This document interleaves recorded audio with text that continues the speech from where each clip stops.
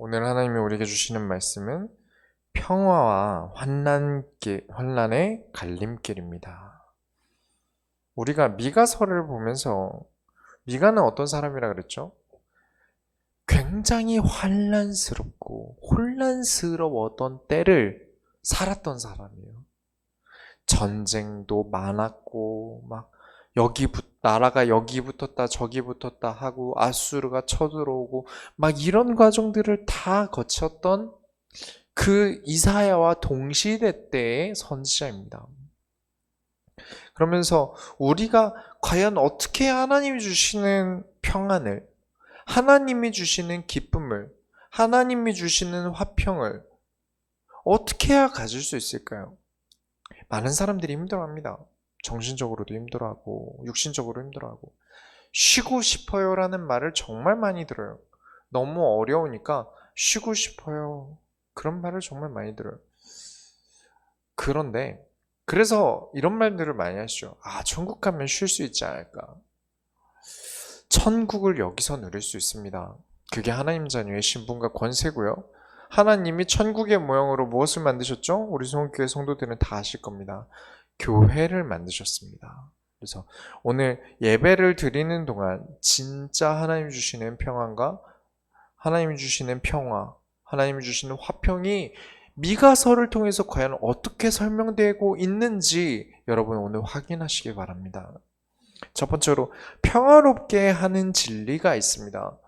진리가 있는데 나를 평화롭게 할 수 있는 절대 불변하는 진리가 있어요. 첫 번째로 여호와의 전이 모든 산들 위에 설 때가 있습니다. 4장 1절을 보시면 끝날에 이르러는 여호와의 전에 산이 산들의 꼭대기에 굳게 서며 작은 산들 위에 뛰어나고 민족들이 그리로 몰려갈 것이라. 산 위에 산이 있고요. 모든 다른 산들보다 뛰어나고요. 모든 사람들이 그 산을 보게 될 것이죠. 가장 높으니까요. 그리고 그 높은 산에 몰려들게 될 것을 얘기합니다.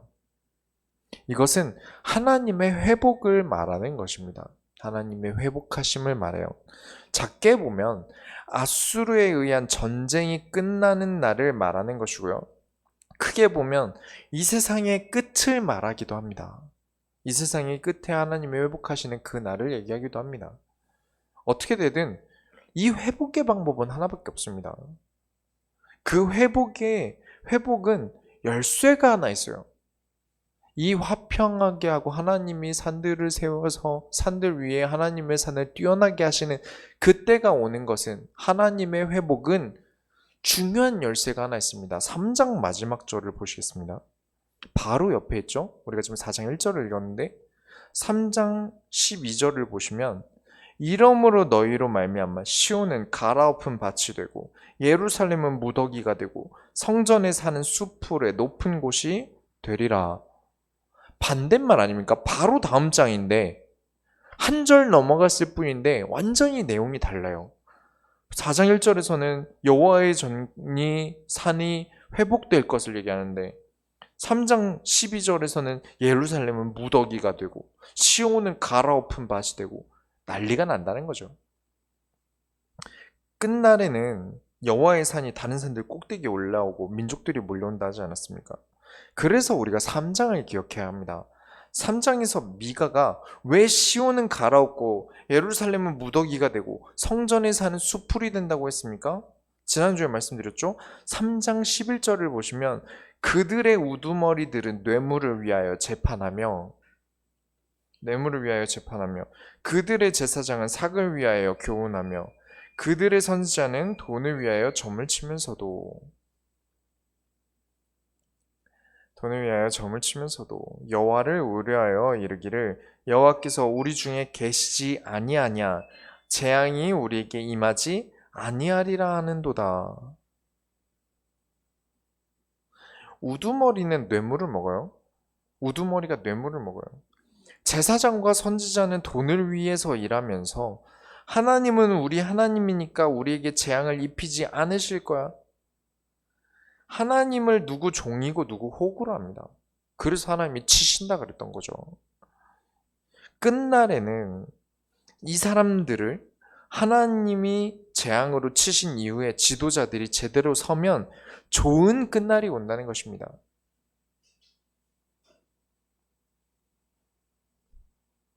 좋은 끝날이 온다는 거예요.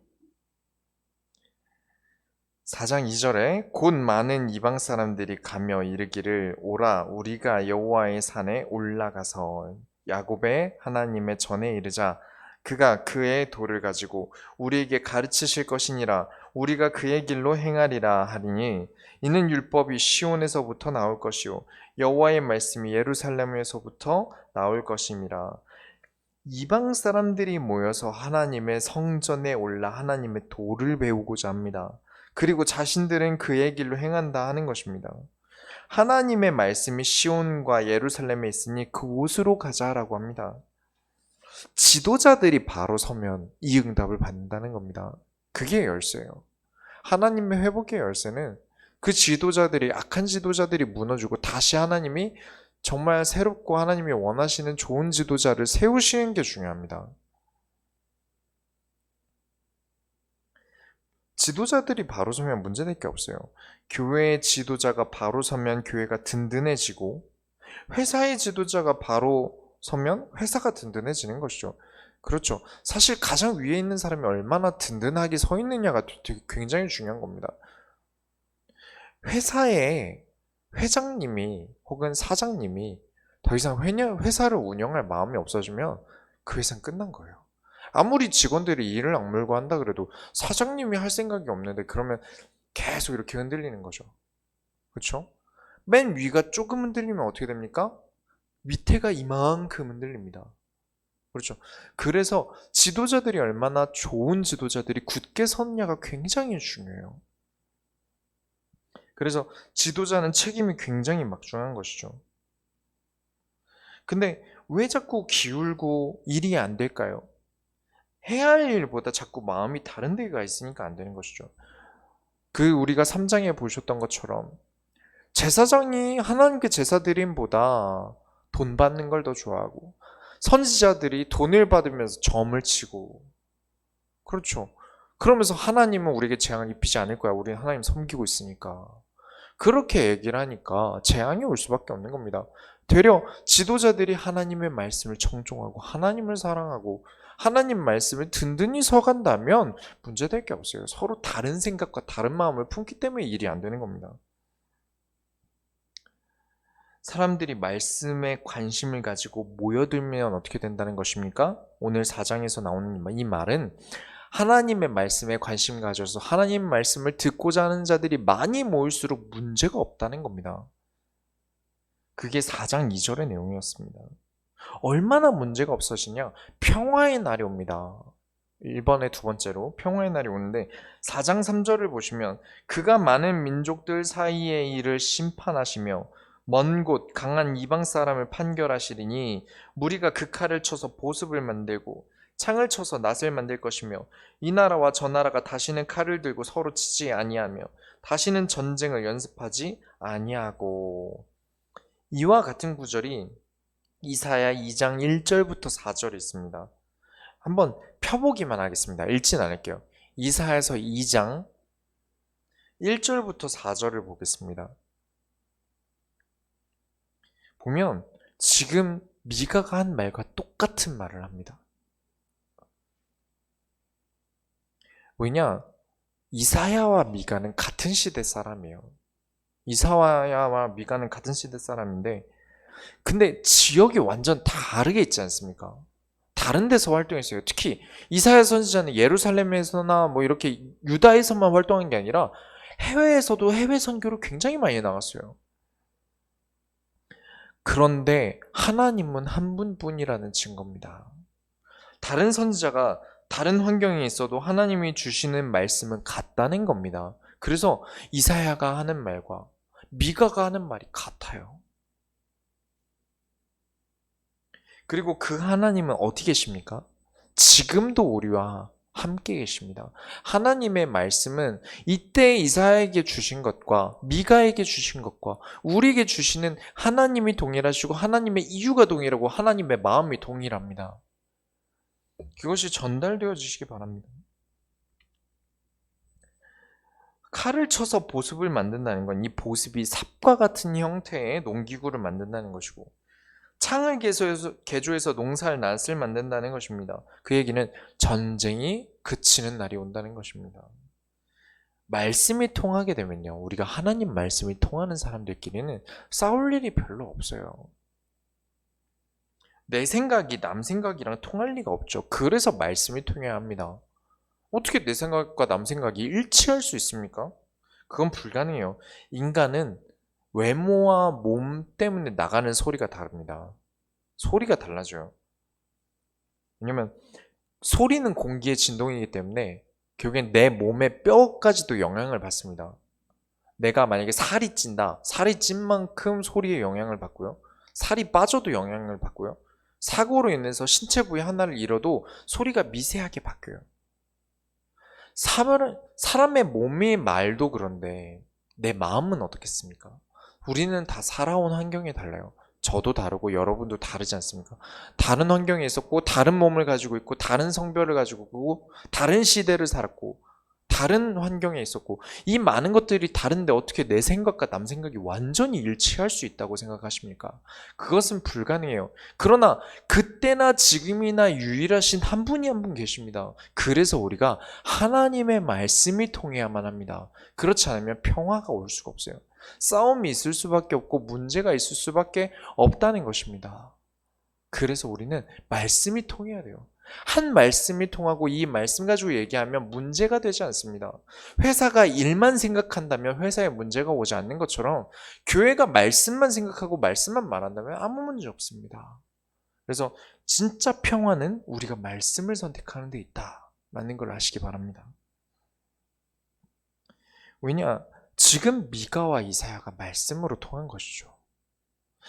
지금 이 상황에 대해서 하나님 주시는 말씀이 같고, 이 말씀을 통하고, 그러다 보니까 선지자인데도, 다른 지역에 있는데도, 다른 사람이 있는데도 말씀은 같은 말을 하는 것입니다. 그래서 이 말씀이 통하는 자들이 모이면 어떻게 됩니까? 4장 4절에 각 사람이 자기 포도나무 아래와 자기 무화과나무 아래에 앉을 것이라. 그들을 두렵게 할 자가 없으니 이는 만군의 여호와의 입이 이같이 말씀하셨음이라. 하나님이 지키시니까 어떻게 됩니까? 하나님의 말씀 따라가는 자를 하나님이 지키시니까 두려울 자가 없게 되고요. 또 넉넉하게 자신의 포도나무 한 그루 혹은 자신의 무화과나무 한 그루를 분배받습니다. 이스라엘의 소득원 중에 가장 중요한 것, 이스라엘의 상징 아닙니까? 근데 이 뜻은 한 사람도 굶게 만들지 않으시겠다는 겁니다. 자기 나무가 있으니까요. 4장 5절에 만민이 각각 자기의 신의 이름을 의지하여 행하되 오직 우리는 우리 하나님 여호와의 이름을 의지하여 영원히 행하리로다. 역시 우리 하나님이 최고다. 우리는 그 이름만 의지하고 영원히 행한다. 이게 나와 내 주위의 삶을 화평하게 만드는 이유입니다. 여러분에게 평화와 평강이 가득하길 바랍니다. 그렇다면 여러분 예루살렘을 아십니까? 지금 계속 시온과 예루살렘에 오는 평화를 얘기하고 있지 않습니까? 시온도 예루살렘에 있고 거룩한 일이 예루살렘에서 일어나고 예루살렘을 들어서 하나님의 성읍을 일으키고 막 이런 내용들이 쭉 나오는데 이 예루살렘의 이름 뜻이 굉장히 중요해요. 지금 4장 5절에 만민이 각각 자기 이름을 의지하여 행하되 오직 우리는 우리 하나님 여호와의 이름을 의지하여 영원히 행하리로다가 사실 본래 예루살렘의 뜻이에요. 아주 문화적인 차이가 있습니다. 원래 예루살렘의 과거 이름이 예루샬렘이었어요. 예루살렘이 아니라 예루샬렘이었어요. 살렘과 샬렘 차이가 무엇이었냐면 여호수아 때 예루살렘을 정벌하긴 했는데 예루살렘을 전부 다 정벌하지 못했어요. 예루살렘을 전부 다 가지지 못했었습니다. 근데 이 예루는 성읍을 말하고요. 이 샬렘은 당시 여부스 족속의 신 이름이 샬렘입니다. 일몰의 신이에요.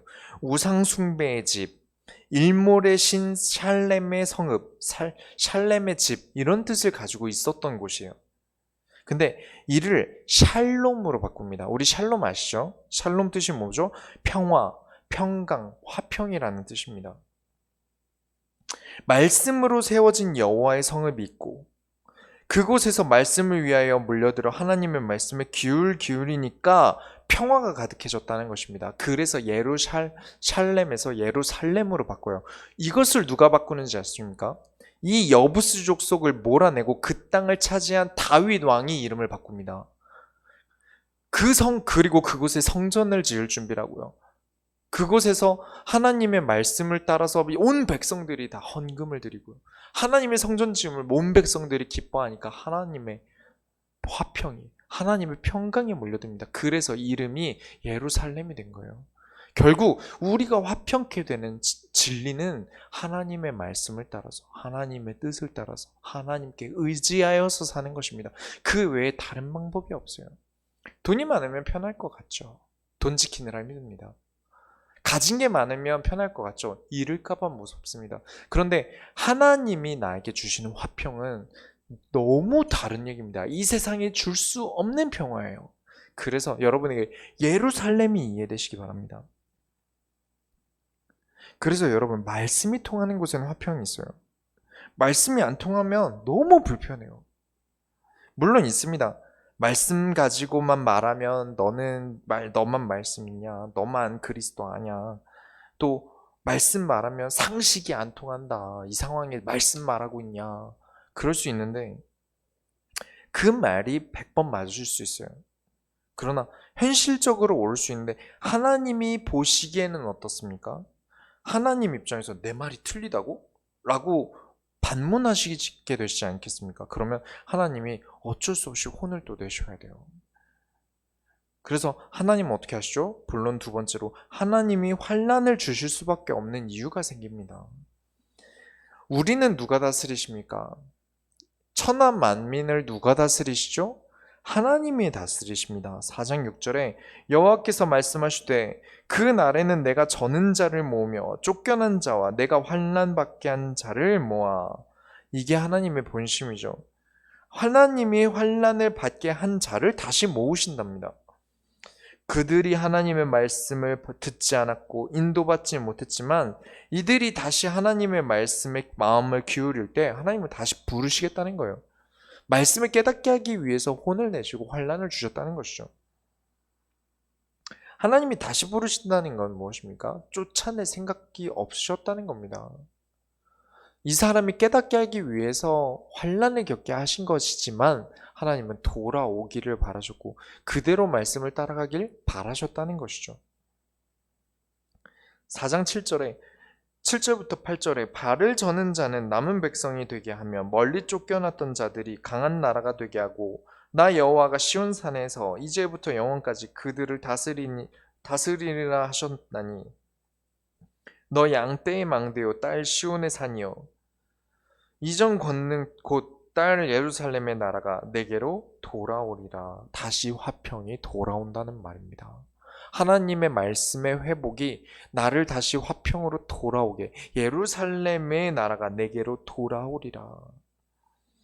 하나님이 여러분을 다스리셔야 합니다.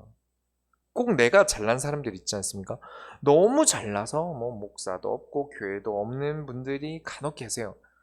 내 말대로 해야 돼. 무조건 내 말대로 해. 그럼 될 거야. 그분들의 그 말은 세상 모든 사람들에게 다 하면서 자기 자신에게는 안 하나 봅니다. 나에게 했다면 나는 지금 벌써 강남에 빌딩이 몇 개는 있어야죠. 진짜 내 말대로 해서 다 된다면요. 나는 아무것도 못하면서 자꾸 잘난 듯 말하고 사실 한 것도 없으면서 다 내가 한 것처럼 말하고 그러면 됩니까? 제가 어디 가서 우리 교회 인테리어를 다 제가 했습니다 말하고 다닌다면 성도님들 기분이 어떻겠습니까?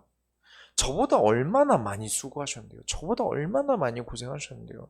우리 성도들이 여기서 얼마나 많은 노력을 했고 이 하나님의 성전을 세우기 위해서 얼마나 많은 시간을 투자했습니까? 그런데 마치 제가 이거 다 내가 했어 이런 식으로 말을 한다면 성도들이 기분이 어떨까요?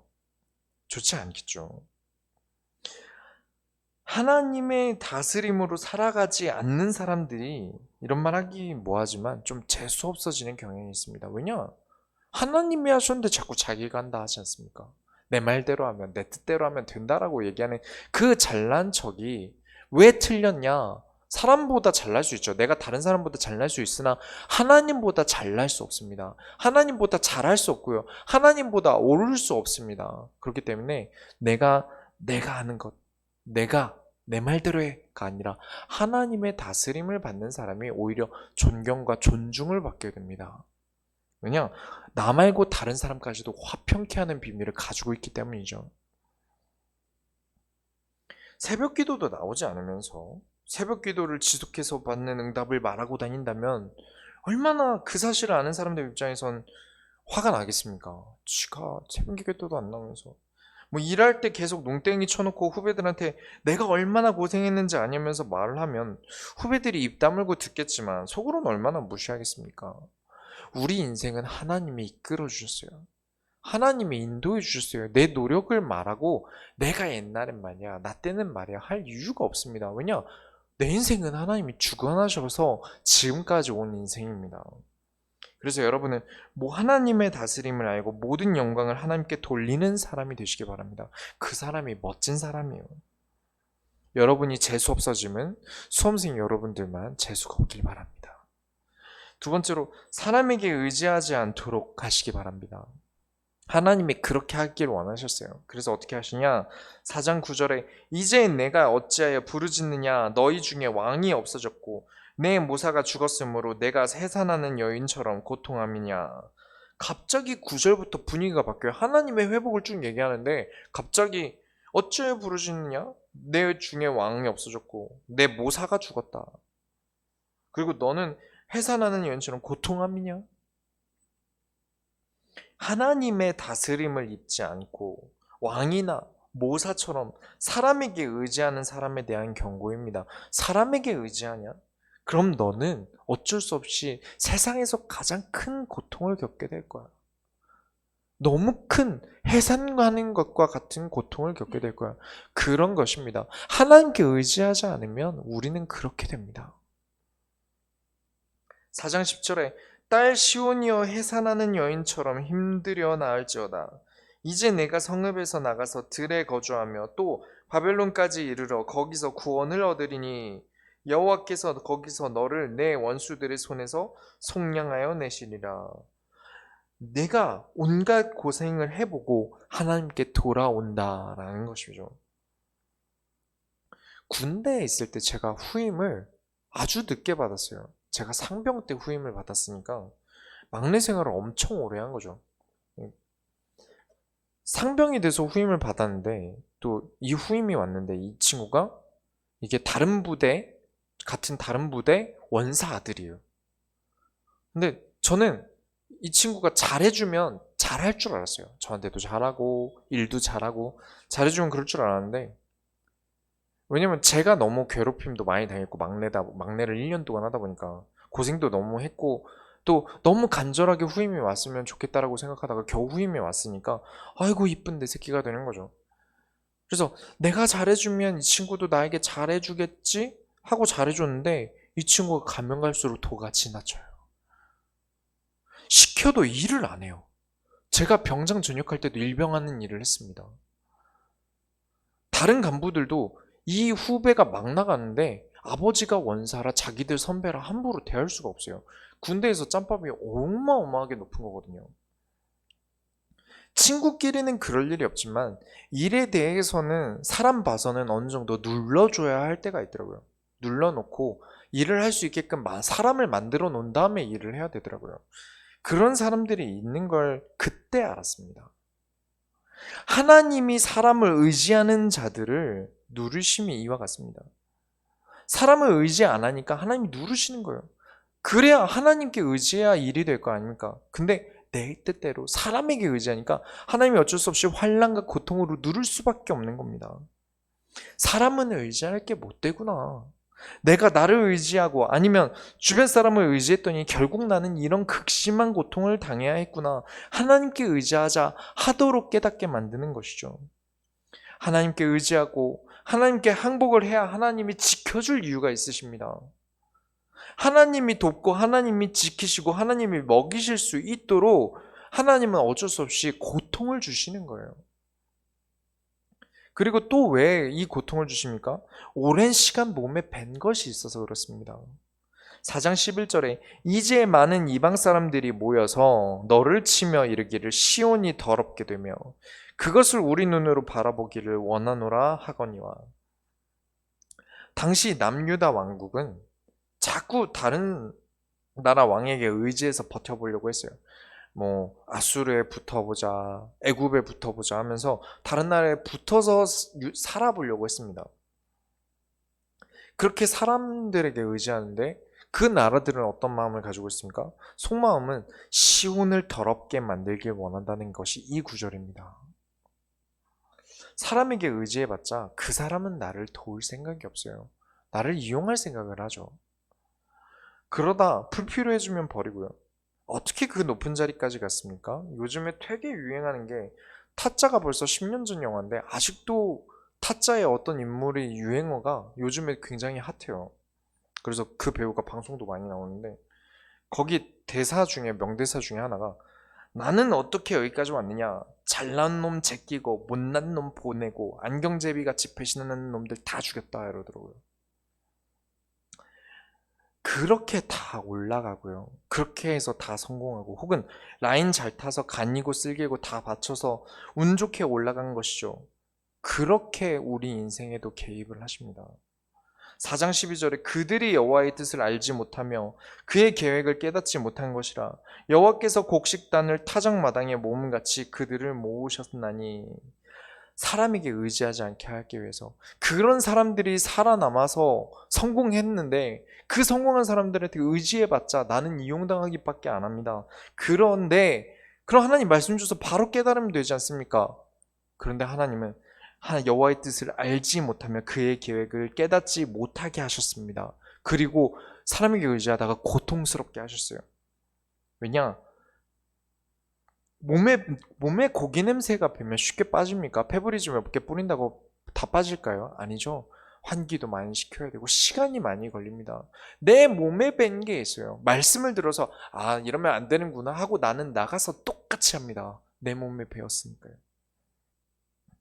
사람에게 의지하는 습관이 쉽게 빠지지 않기 때문에 하나님은 어쩔 수 없이 큰 고통 속에 두어서 그 몸에 밴 것들을 고치고 계신 겁니다.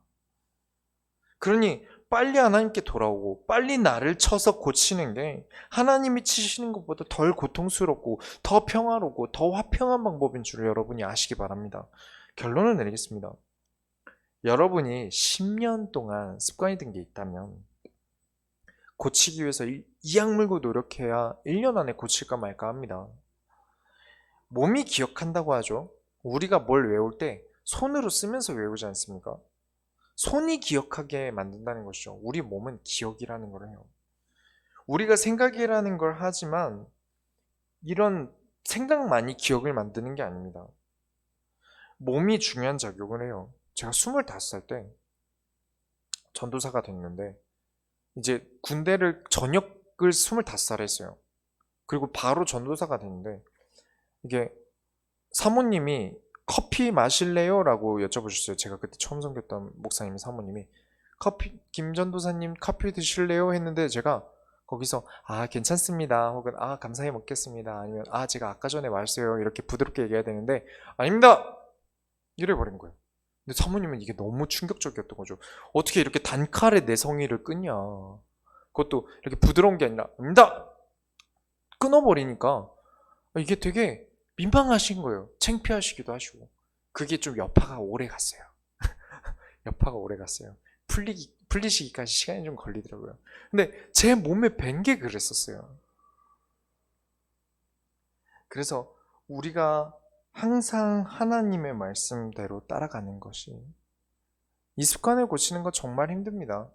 저는 군대에서 나온 습관 고치는 거냐 뭐 이제 아예 다른 환경이니까 환경이 달라서 좀 빨리 고쳐졌지만 내가 사회에서 생긴 습관들은 너무나 고치기 힘듭니다. 몸에 밴 게 고쳐지기가 너무 힘들어요. 예배 드리는 거 어렵습니다. 몸에 배지 않으면 어려워요. 성경책 펴면서 예배 드리는 거 귀찮죠. 들으면 알지 않습니까? 어차피 목사님이 읽어주는데 하고 듣게 돼요.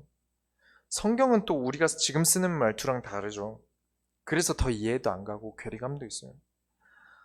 또 사회는 전쟁통이라 총알이 빗발치는 속에서 그런 상황 속에서 강단 말씀을 기억해내기란 쉽지가 않습니다. 그러나 힘든 과정을 거치지 않으면요. 내가 이를 악물고 이것들을 고쳐나가지 않으면 익숙해지지 않습니다. 연습 없이 되는 것은 없어요. 처음부터 잘하는 것 없고요. 시간을 투자해서 연습하지 않으면 되는 것은 이 세상에 단 하나도 없습니다. 그렇죠. 언제부터요? 걷는 거는 우리가 연습 안 해도 되던데요. 아니요. 우린 걸음마를 떼기까지 3년이 걸렸습니다. 진짜 편안을 가지고 싶으십니까? 평화롭게 살고 싶으신가요? 내 주변 모든 사람들이 화평케 되는 걸 원하십니까? 내 가정이 편안해지시길 바랍니까? 내 직장이 원만해지시길 바라세요? 그렇다면 여러분은 말씀으로 살아가는 습관을 가지셔야 합니다. 이 방법밖에 없어요. 이것만이 진리입니다. 그렇다면 하나님이 여러분이 원하는 그 평안 주실 겁니다. 4장 13절에 마지막 절이죠. 딸 시온이여 일어나서 칠지어다. 내가 내 뿔을 무쇠와 같게 하며 내 굽을 놋 같게 하리니 내가 여러 백성을 쳐서 깨트릴 것이라. 내가 그들의 탈취물을 구별하여 여호와께 드리며 그들의 재물을 온 땅에 주께 돌리리라. 일어나서 세상을 쳐서 이기고 깨트리고 취하는 비밀은 말씀으로 사는 법밖에 없습니다.